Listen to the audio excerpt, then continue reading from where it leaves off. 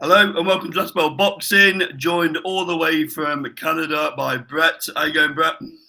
Doing well, mate. Thanks. Appreciate you joining what is probably roughly about the middle of your day, so much appreciated, fella.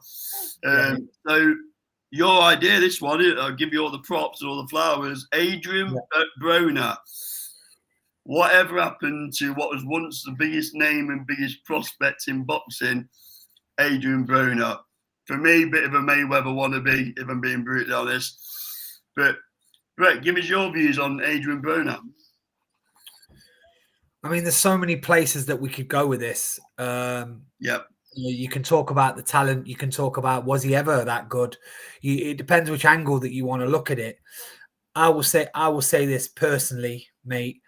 I feel like when he came up and the way he came up, he was a fantastic boxer.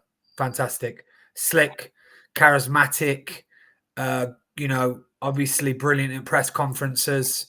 Backed up what he was saying, and did he at one point before the decline started was he three weight world champion? I believe he was freeweight world champion, yeah. Yeah, so we have to fact check that whether it's three or two, but I seem to think it was a three weight world champion at some point.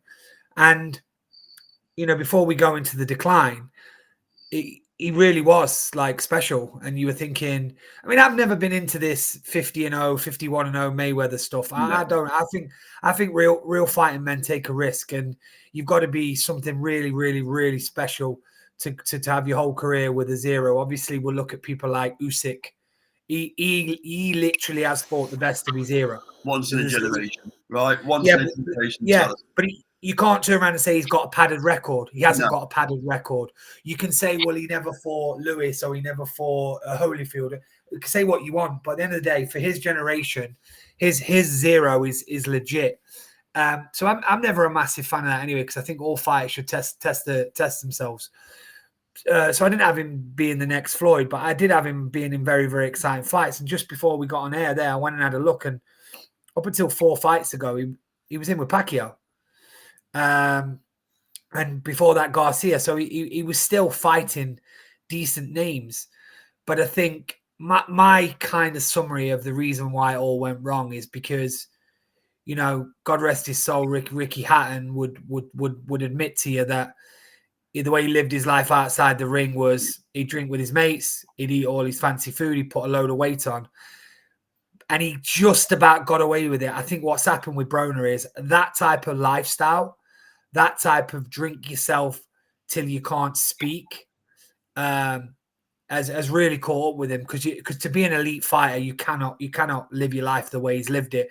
And I would suggest that the trouble that he's been in with the police and the money troubles and the ups and downs, it's just like that's not a fighter that wakes up every day and wants to go to the gym and wants to be something special. Well, isn't he with Don King, his latest promotional deal? Is it Don King?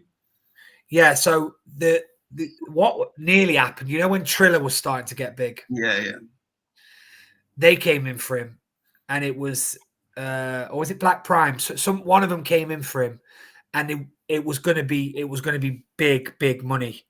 And somewhere down the line, behind the scenes, what they say is that he got some money up front, and it was the worst thing that could happen. Yeah. So what he went and did is he went and partied rather than trained, and then they kept on postponing the fight, and then they pulled it from him. But you're right, I think he is with Don King right now. But last out, he's been beat to Blair Cobbs. Yeah. No disrespect to Blair Cobbs. I mean, fair play to him. He gets put in front of these prospects, doesn't he? And he does what he does. But if you're looking, I think he had him on the canvas. But if you're losing to Blair Cobbs on points, I mean, it's gone. And then since that, I don't know if you've been following him recently, but like, it's really sad as well, mate. Because at one time a day, he probably did have a lot of money in the bank.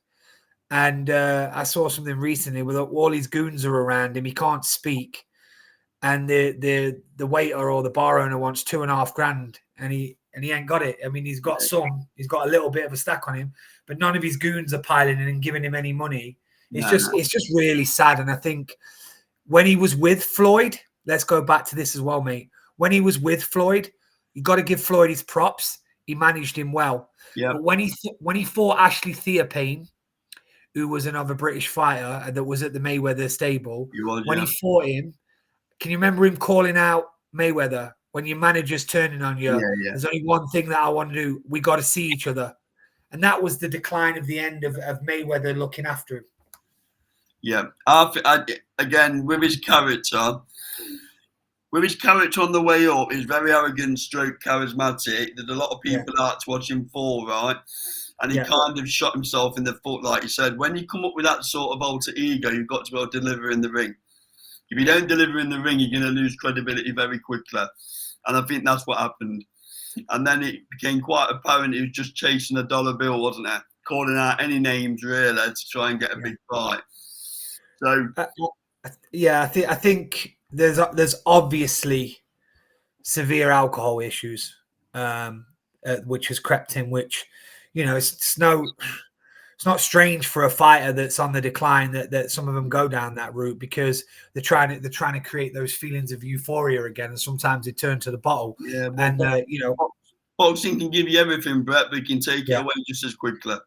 Of course, mate, because you can. It's like, I won't go too far into it because this ain't the show for it. But that Ricky thing is all hard, isn't it? And it's just like, I just think of him watching that Crawford and Canelo fight, having his last beer on his own, just being alone in a house somewhere before it all went, and it really can take it all away from you. But I suppose that's the power of fame, isn't it? When you're up there and you're in, like your Broner, you're in the clubs, you've got, I think at one time he had 3 wives, or referred to, and they were all out with him. He had 3 wives and he had all this money in the bank. And then once he loses all that, and, I heard in one of his training camps, I think it might have been for, not Pacquiao, whoever it was after Pacquiao, they had to go and fetch him they let him go home Friday night, and then they go and fetch him Monday morning. And all they do is they train him all week and sober him up. But they had to let him go on the Friday, otherwise he would have stuck out anyway. So it was part of it. But really sad, mate. Say what you want about personalities and some of the things that he said that people won't like, some of his actions towards women and the thing that he's done. If we're talking solely boxing, I personally I'm sitting on the side of the fence that says it's a lost talent. So is that how you think boxing will remember Adrian Broner, as a lost talent? Yeah, I mean, I don't even think, it's really sad. I would hope to think that, what we've been dealing with Ricky, if Adrian ever went, it might go 30, 40 years time, but if he ever went, that people would look back and see some of his fights, see what he did to Malignaggi and things like that, and the build up.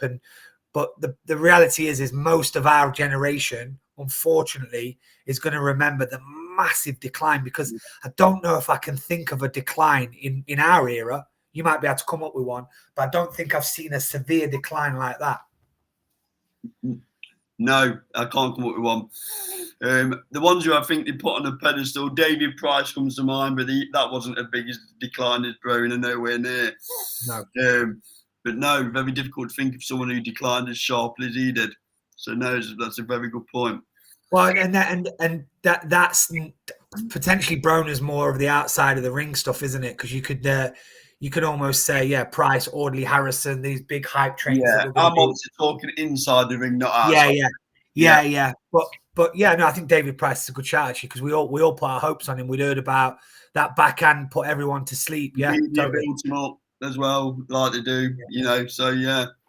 But coming back to Broner, missed opportunity comes to mind, because he had the talent to earn a lot of money out of boxing, but maybe not the dedication, and you need both, right? Last thing to say, mate, before you close us out, where he missed the boat, and we've just seen it, and I know, fair play, big pat on the back for you, because you called this a long time ago with the Whittaker thing, that he said if he wants to earn some serious dough and kick his career on, he needs to be with Hearn. But where he missed it, mate, I can't remember how many years ago, but Broner leaked an email where Eddie had offered him 1.5, and then 3 million in a 3-fight deal. And he because of his arrogance, what you said before, he leaked it on Instagram and said, "Who does this guy think I am? I'm Adrian Broner. That's chump change." And if Eddie would have got him, Eddie would have had him on primetime shows in the UK, all us, because us UK fans are the most loyal fans in the world, we'd have all got behind him. Eddie would have sold us the dream, and he'd earn a load of Bugs Bunny. Yeah. So that's mine and Brett's thought on all things Adrian Broner. Some great interaction at the minute on all our socials. So post your comments below. Agree or disagree with Brett. We've got broad shoulders. We can take it. We respond to all comments. This has been Last Ball Boxing, proudly sponsored by Shaw's Building Services and SC Travel. We'll see you on the next video. Cheers, Brett.